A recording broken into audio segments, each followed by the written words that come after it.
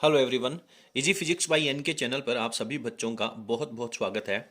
आज की क्लास में अपन स्टार्ट कर रहे हैं प्रकाशिक उपकरण।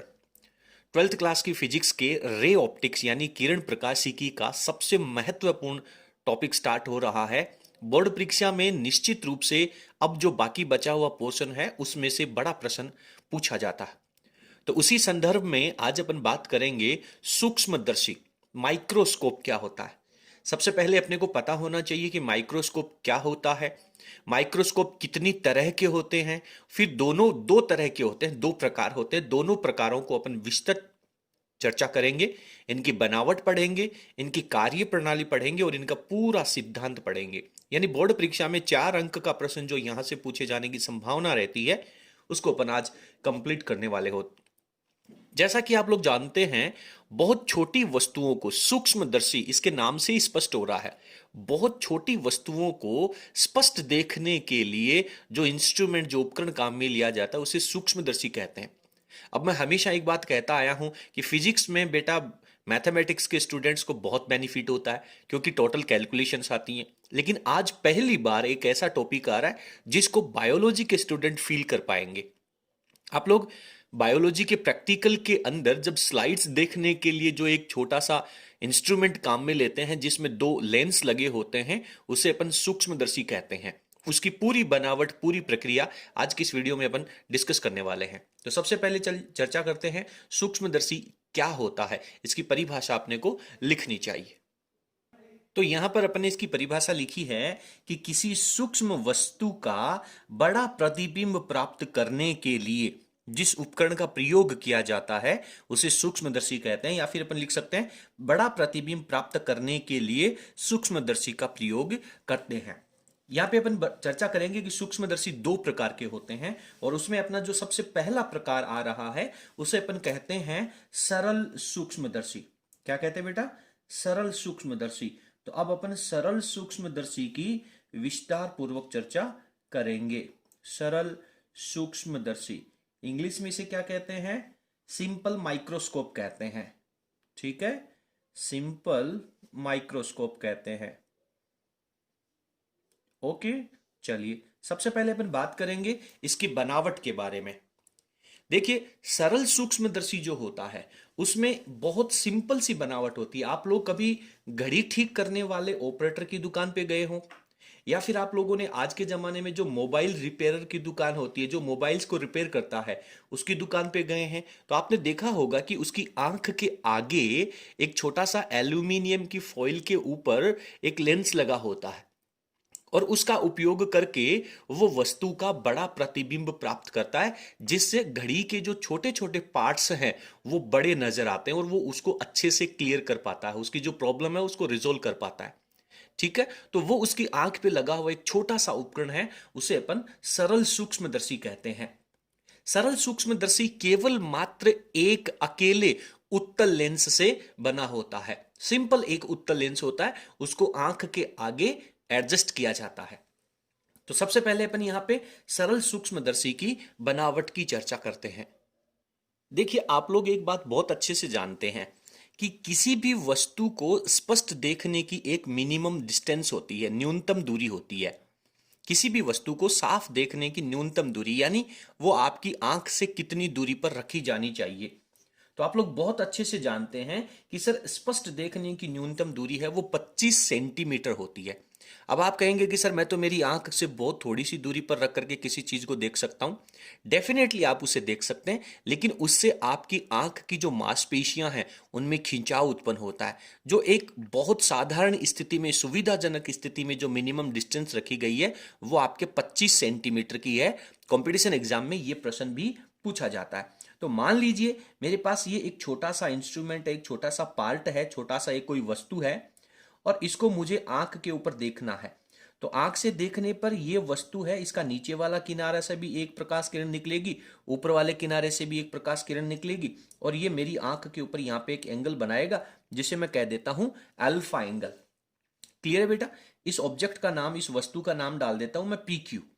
और ये मेरी आंख से कितनी दूरी पर मुझे रखना है, ये बात आप जानते हैं कि सर इसको मिनिमम 25 सेंटीमीटर रखना ही है। और वो जो न्यूनतम दूरी है उसे अपन कैपिटल डी से प्रदर्शित करते हैं। अब मुझे क्या करना है कि ये छोटी सी वस्तु है जिसका मेरी आंख पे बहुत छोटा सा एंगल अल्फा बन रहा है, मुझे इस वस्तु का बड़ा प्रतिबिंब प्राप्त करना है और मैं ये चाहता हूं कि इस वस्तु का सीधा प्रतिबिंब बने। ये वस्तु मुझे उल्टी भी नजर नहीं आनी चाहिए। बात क्लियर है? तो अब मुझे क्या करना होगा, मुझे एक उत्तल लेंस का उपयोग करना है।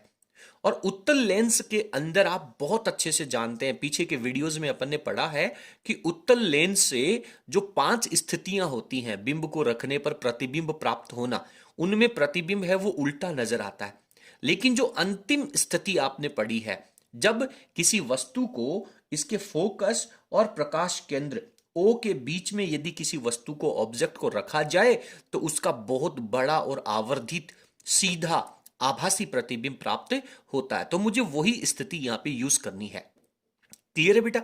तो ये मेरे पास यहां पर मेरी आंख की स्थिति है, यहां पर मेरे पास आंख की स्थिति है और मैं चाहता हूं कि ये जो वस्तु है इस वस्तु को मैं कहां रखूं कि मुझे इससे बड़ा प्रतिबिंब प्राप्त हो। तो आप जानते हैं कि यदि फोकस पे रखेंगे तो इसका प्रतिबिंब दूसरी तरफ अनंत के ऊपर बनेगा, लेकिन वो तो उल्टा बनेगा।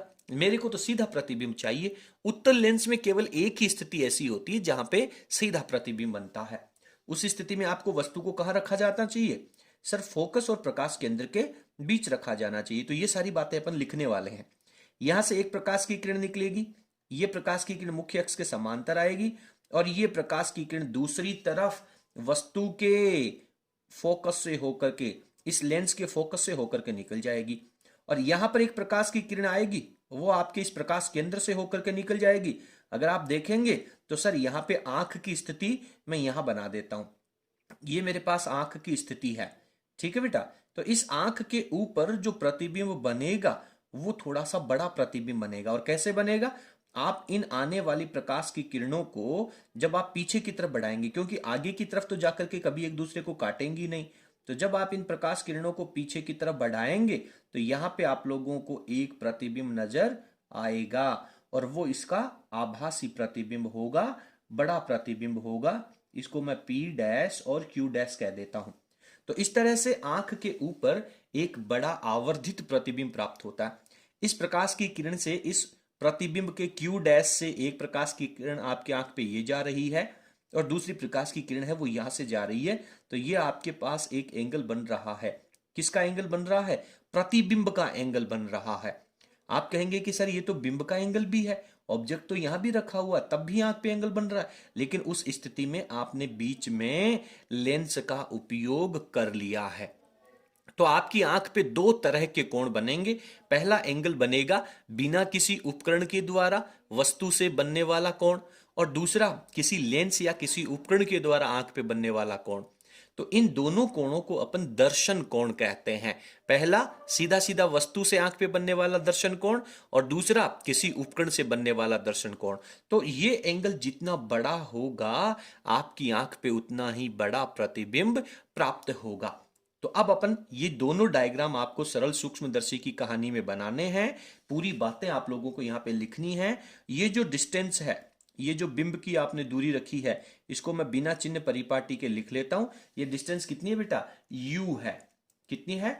u है। जब अपन चिन्ह परिपाटी का यूज करेंगे तो ये -u हो जाएगी। ओके, तो ये दोनों डायग्राम आपको बनाने हैं। अब मैं पहले इसकी बनावट को यहां पर लिख लेता हूं। तो यहां पर अपन ने इसकी बनावट में लिखा है कि किसी वस्तु को उत्तल लेंस के सामने, कहां? सामने, लेकिन सामने भी कहां? उसके प्रकाश केंद्र व फोकस के मध्य। ये प्रकाश केंद्र O है और ये इसका फोकस बिंदु F है। इन दोनों के मध्य जब रखा जाता है तो उसका प्रतिबिंब कैसा बनेगा बेटा? आभासी बनेगा, सीधा बनेगा और बड़ा बनता है। उत्तल लेंस के इस उपयोग को सरल सूक्ष्मदर्शी कहते हैं। क्लियर है? बहुत अच्छे से आपको ये पूरी बात क्लियर होनी चाहिए। रटने का बिल्कुल भी प्रयास नहीं करना है। सिंपल, बहुत धीरे स्पीड में पढ़ते हुए, अपनी आंखों के सामने कल्पना करते हुए आपको ये सारी चीजें पढ़नी है। ठीक है, अब अपन आगे चलते हैं। अब मैं आप लोगों को इसके सिद्धांत के बारे में बता देता हूं। बहुत छोटा सा सिद्धांत अपन लिखने वाले हैं। ये डायग्राम आप लोगों ने तैयार कर लिए, मैं पेपर को आगे स्किप करूंगा, आप स्क्रीन को पॉज करके नोट्स अच्छे से लिख लें। उसके बाद में इस डायग्राम को देखते हुए अपन आगे सिद्धांत को समझते हैं। तो यहां पर मैंने सिद्धांत लिखने का प्रयास किया है कि छोटी वस्तु पी क्यू का स्पष्ट देखने की न्यूनतम दूरी पर रखने से, यानी जब वस्तु को स्पष्ट देखने की न्यूनतम दूरी पर रखोगे तो उस छोटी वस्तु पी क्यू का आंख के ऊपर बनने वाला दर्शन कोण, आंख पे बनने वाला जो एंगल होगा उसे अपन दर्शन कोण कहते हैं। दर्शन कोण कितना बनेगा? अल्फा बनता है। अब अपन क्या करेंगे, उस वस्तु पी क्यू को उत्तल लेंस से, और कैसा उत्तल लेंस, बहुत इंपॉर्टेंट लाइन है यहां पे, कंपटीशन एग्जाम में पूछी जाती है, कम फोकस दूरी का उत्तल लेंस काम में लिया जाता है। तो कम फोकस दूरी के उत्तल लेंस के प्रकाश केंद्र और फोकस के बीच में रखने पर उस वस्तु पी क्यू का आभासी, सीधा और आवर्धित यानी बड़ा प्रतिबिंब प्राप्त होता है। और वो जो बड़ा प्रतिबिंब प्राप्त होगा रखने पर आंख पर दर्शन कोण बीटा प्राप्त होता है। किसके द्वारा? ये लाइन मैंने यहां पे स्किप कर दी है, लेकिन आपके दिमाग में ये बात क्लियर होनी चाहिए कि उस प्रतिबिंब P डैश Q डैश के द्वारा बनने वाला एंगल बीटा है। ठीक है बेटा, तो ये सिंपल अपन ने कहानी लिख दी है। लेकिन अब मुझे आवर्धन क्षमता लिखनी है, तो यहां पे अपन लिखेंगे सरल सूक्ष्मदर्शी की आवर्धन क्षमता। सरल सूक्ष्मदर्शी की आवर्धन क्षमता कैसे लिखेंगे बताइए, देखें। सरल सूक्ष्मदर्शी की आवर्धन क्षमता m होती है, बिल्कुल सर m होती है। m का फॉर्मूला क्या होगा? प्रतिबिंब के द्वारा आंख पे बनने वाला कोण, प्रतिबिंब द्वारा आंख पर बना कोण। सबसे पहले प्रतिबिंब के द्वारा आंख पर बना कोण, प्रतिबिंब के द्वारा बने कोण को क्या कहेंगे अपन? बीटा कहेंगे सर। उसको मैं आगे लिख दूंगा, यहां पे मैं केवल स्टेटमेंट लिख रहा हूं। और बटा में क्या लिखेंगे? बिना लेंस के, बिना उपकरण के वस्तु के द्वारा आंख पे बना कोण। और कब? जब वस्तु स्पष्ट देखने की न्यूनतम दूरी पर रखी हुई हो। तो यहां पे लिखता हूं मैं, वस्तु द्वारा आंख पर बना कोण किस स्थिति में? जब वस्तु को स्पष्ट देखने की न्यूनतम दूरी, स्पष्ट देखने की न्यूनतम दूरी पर रखा हुआ हो। ठीक है, तो यहां से मेरे पास m का फॉर्मूला बन जाएगा सर बीटा अपॉन अल्फा। ये आवर्धन क्षमता का फॉर्मूला स्टार्ट करना है, अभी रिजल्ट नहीं आया है, अभी अपन ने केवल स्टार्ट किया है। क्या करेंगे? जितने भी इंस्ट्रूमेंट पढ़ेंगे अब अपन, सब में अपन यही बीटा अपॉन अल्फा लिखने वाला है। बीटा क्या होगा? उपकरण के द्वारा जो प्रतिबिंब बनेगा उसके द्वारा आंख पे बनने वाला कोण। अल्फा क्या होगा? जब बिना उपकरण के वस्तु को जब स्पष्ट देखने की न्यूनतम दूरी पर रखा जाएगा उस स्थिति में आंख पर बनने वाला कोण। क्लियर है बेटा? तो ये वैल्यू अपने को लिखनी है। अब मैं क्या काम करता हूं, अब मैं आपको वापस एक बार डायग्राम में लेकर के चलता हूं और वहां से मैं आप लोगों को, पहले डायग्राम पे चलते हैं उसके बाद में समझते हैं। देखिए बेटा, यहां से मुझे एक तो अल्फा की वैल्यू चाहिए और एक मेरे को बीटा की वैल्यू चाहिए। तो जब सर अल्फा की वैल्यू लिखेंगे तो अल्फा में टेन अल्फा लिख दो सर, क्योंकि इसके लंब की इसकी हाइट है वो आपको पता होनी चाहिए और इसका जो आधार है वो आपको पता होना चाहिए। तो मैं टेन अल्फा लिख देता हूं। तो अल्फा की वैल्यू को जब लिखूंगा तो मैं टेन अल्फा लिख दूंगा और मैं सीधा ये कह दूंगा कि सर अल्फा एंगल जब बहुत छोटा है तो टेन अल्फा की वैल्यू अप्रोक्सीमेट अल्फा ही होती है। तो टेन अल्फा क्या हो जाएगा sir? P Q upon capital D हो जाएगा। ठीक है बेटा, अब अपन टेन बीटा की बात करेंगे। तो बीटा की बात करेंगे तो यहां पे आ जाओ। यहां पे आपके पास इस प्रतिबिंब की दूरी है क्या आपके पास? सर प्रतिबिंब की दूरी तो नहीं है, लेकिन बिंब की दूरी तो है आपके पास। बिल्कुल डेफिनेटली है सर, क्योंकि वस्तु को अपन ने कितनी दूरी पर रखा है ये अपने को अच्छे से पता है। तो ये दूरी आपके पास है। तो ये एंगल जो बीटा है वो वस्तु के द्वारा भी बना हुआ कहा जा सकता है और प्रतिबिंब के द्वारा बनने वाला भी कहा जा सकता है। जब प्रतिबिंब के द्वारा बना एंगल बीटा लेंगे दैट टाइम आधार आपको P डैश O लेना होगा और यदि बिंब के द्वारा यही आप एंगल बीटा लेंगे तो लंब को पी क्यू कहेंगे और आधार को पी ओ कह देंगे। तो ये दोनों बातें अल्फा की जगह मैं टेन अल्फा की जगह लिखूंगा P Q upon capital D, और टेन बीटा की जगह लिखूंगा पी क्यू अपॉन यू की वैल्यू लिखूंगा। ठीक है, समझ में आ गया। चलिए आगे चलते हैं।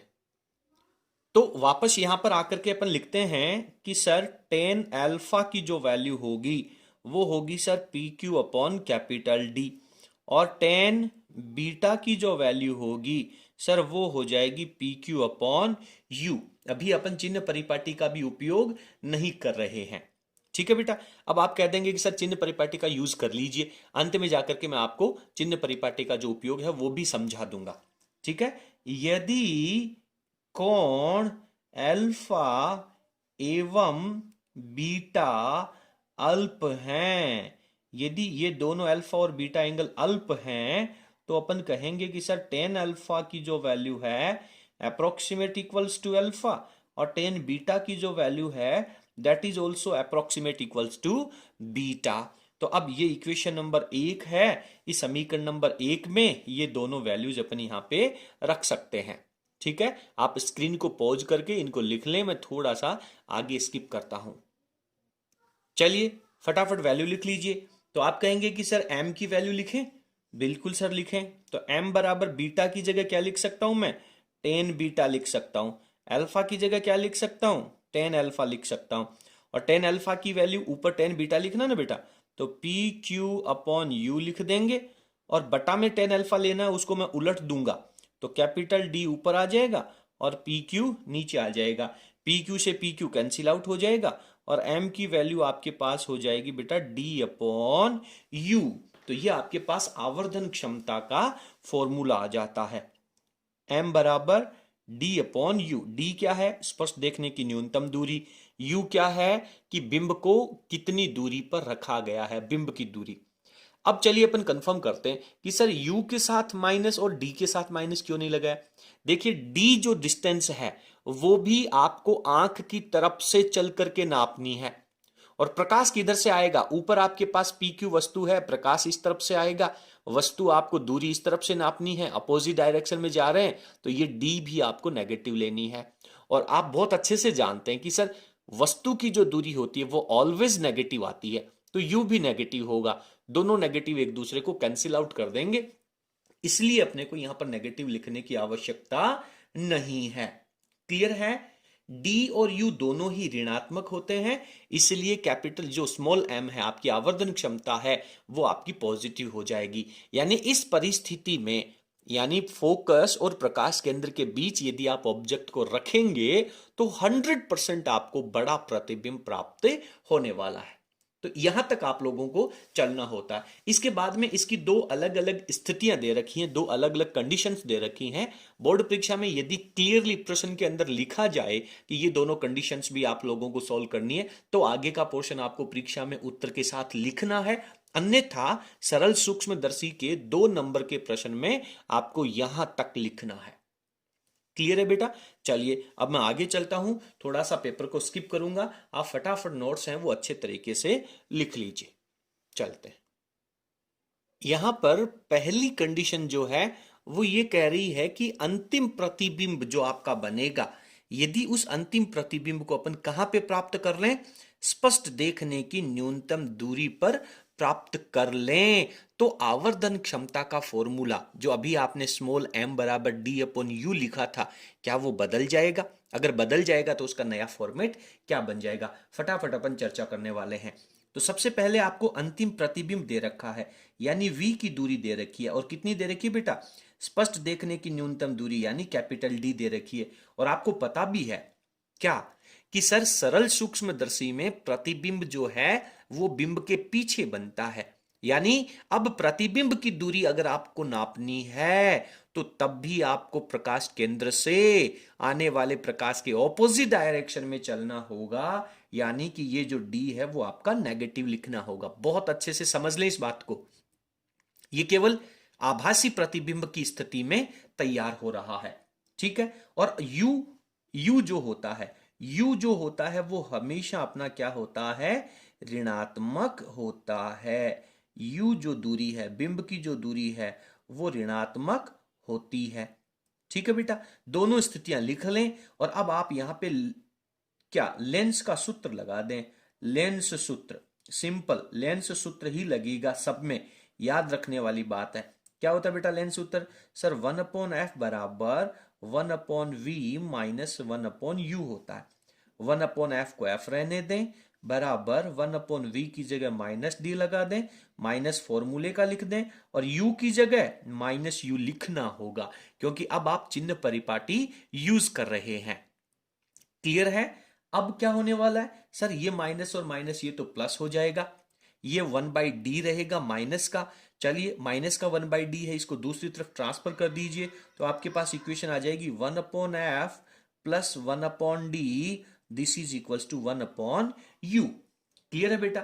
अब मुझे एक बात बताइए, क्योंकि m की जो वैल्यू आपने अभी निकाली थी वो थी आपके पास d/u, और यदि मेरे पास यहां पर कहीं से d/u बन जाए तो मैं उसको कैपिटल ये स्मॉल m से प्रदर्शित कर दूंगा।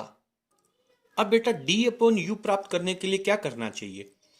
आपको बहुत अच्छे से पता चल रहा है कि सर इस इक्वेशन को अपन d से ऊपर गुणा कर देते हैं, दोनों तरफ, लेफ्ट हैंड साइड को भी और राइट हैंड साइड को भी। चलिए देख लीजिए, तो लिखने की आवश्यकता नहीं है, ये d/f हो जाएगा, यहां पे +1 हो जाएगा, d/d 1 हो जाएगा ना, और ये हो जाएगा आपके पास d/u। और आप जानते हैं कि d/u को तो अपन m से रिप्लेस कर सकते हैं, इसलिए आपके पास आवर्धन क्षमता m का जो फॉर्मूला है, जो d/u है, उसकी जगह 1 + d/f हो जाएगा। ठीक है, तो ये आपके पास एक नया फॉर्मेट बन जाता है आवर्धन क्षमता का। लेकिन ये केवल कब लागू होगा? जब आपने कंडीशन अप्लाई करी है कि अंतिम प्रतिबिंब है वो स्पष्ट देखने की न्यूनतम दूरी पर बनना चाहिए। ठीक है, तो ये आपका पहला नोट यहां पे हो जाता है। आप स्क्रीन को पॉज करेंगे और नोट्स को अच्छे तरीके से लिख लेंगे। आप चाहें तो यहां पे लिख सकते हैं, उपरोक्त समीकरण को d से क्या करने पर? गुणा करने पर। आपको याद हो जाएगा, उपरोक्त समीकरण को कैपिटल D से मल्टीप्लाई करने पर आपको नया रिजल्ट मिलने वाला है। स्क्रीन को पॉज करके लिख लीजिए, दूसरे केस पे चलते हैं और आज के इस टॉपिक को फिनिश करते हैं। अगला जो केस है यहां पर नंबर 2, वो ये है कि अंतिम प्रतिबिंब अनंत पर बने। अगर मान लीजिए कि अपन इसको इस तरह से एडजस्ट करें कि अंतिम प्रतिबिंब है वो आपको अनंत पर प्राप्त हो रहा है, इसका मतलब क्या हो गया? प्रतिबिंब की दूरी अनंत पे आ गई, यानी v की जो वैल्यू है वो इनफाइनाइट हो जाएगा। और आप बहुत अच्छे से जानते हैं कि u की वैल्यू तो -u ही रहनी है, तो इस केस में आप फटाफट वैल्यू रख लीजिए। किसके फॉर्मूले से? वही लेंस सूत्र से। तो यहां पे मैं लिखता हूं लेंस सूत्र से। ठीक है बेटा, तो लेंस सूत्र क्या हो जाएगा? 1/f बराबर 1/v माइनस 1/u होता है सर।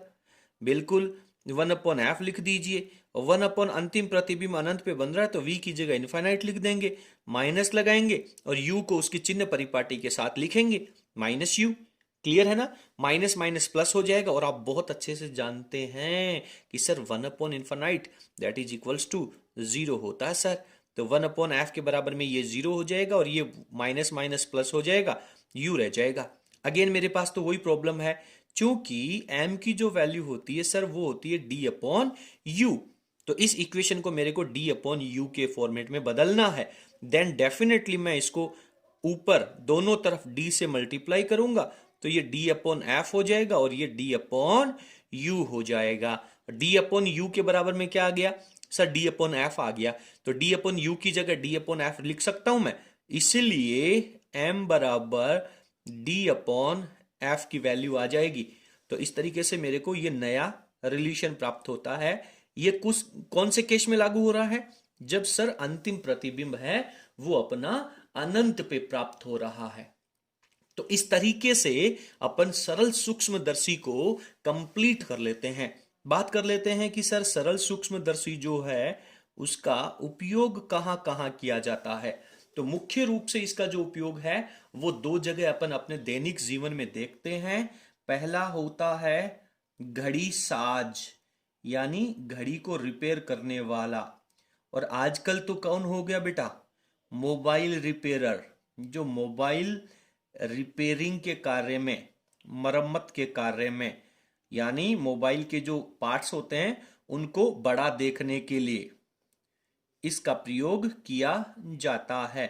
और भी दैनिक जीवन में बहुत सारे उपयोग हैं। इस तरीके से केवल अपन इतना लिख सकते हैं।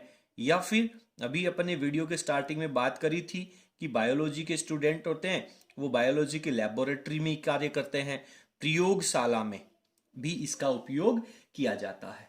तो इस तरीके से आपका सरल सूक्ष्मदर्शी का जो टॉपिक है वो यहाँ पे कंप्लीट हो जाता है। अगले वीडियो में अपन बात करेंगे संयुक्त सूक्ष्मदर्शी, यानी अब कुछ और बड़ा होने वाला है, यानी ये जो प्रतिबिंब आपको अभी तक प्राप्त हो रहा था उससे भी बड़ा प्रतिबिंब आपको प्राप्त करना है। और एक्चुअली आप लोगों की बायोलॉजी की लेबोरेटरी में जो सूक्ष्मदर्शी माइक्रोस्कोप होता है वो संयुक्त सूक्ष्मदर्शी होता है, जो नंबर 2 पे आता है। अगले वीडियो में अपन विस्तार पूर्वक चर्चा करने वाले हैं। उम्मीद करता हूं कि पूरा टॉपिक आपको बहुत अच्छे से समझ में आया होगा।